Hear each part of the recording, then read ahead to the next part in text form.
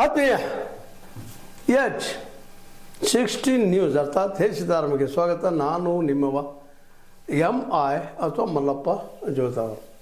ಇವತ್ತು 19 ಬೆಳಗಾವಿ ಅಧಿವೇಶನ ಮುಗಿಯುವ ದಿನ. ಅನೇಕ ಕಾರ್ಯಗಳು ಇವತ್ತು ಅಧಿವೇಶನದಲ್ಲಿ ಪಾಸ್ ಆಗಬೇಕಾಗ್ಯದ. ಅದೇ ಕಾಲಕ್ಕೆ ಈ ಜಿಲ್ಲಾ ವಿಭಜನೆ ಕುರಿತು ಮೀಟಿಂಗು ಆಗಬೇಕಾಗ್ಯದ. ಜಿಲ್ಲಾ ವಿಭಜನೆ ಅನಿವಾರ್ಯ ಆಗ್ಯದ.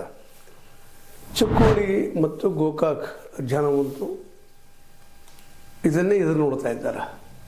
ಈ ದಿಸೆಯಲ್ಲಿ ರಮೇಶ್ ಜಾರಕಿಹೊಳಿ ಸಹೋದರ ಸತೀಶ್ ಮತ್ತು ಬಾಲಚಂದ್ರ ಜಾರಕಿಹೊಳಿ ಅವರು, ಮುಖ್ಯವಾಗಿ ಸತೀಶ್ ಅವರು ಉಸ್ತುವಾರಿ ಸಚಿವರು ಇರೋದರಿಂದಾಗಿ ಗೋಕಾಕ್ ಮತ್ತು ಚಿಕ್ಕೋಡಿ ಜನರ ಒಂದೇ ಬೇಡಿಕೆ, ಜಿಲ್ಲೆ ಮಾಡಿ ಉಸ್ತುವಾರಿ ಅವರಿಂದ ಸಾಧ್ಯದ ಮಾಡಬೇಕು ಅನ್ನುವಂಥ ಒತ್ತಡ. ಅದಕ್ಕೆ ತಕ್ಕಂಗೆ ಸತೀಶ್ ಅವರು ವರ್ತನೆ ಮಾಡ್ತಾ ಇದ್ದಾರೆ ಅಂತ ಸುದ್ದಿಗಳು ಬರ್ತಾ ಇದ್ದಾವೆ.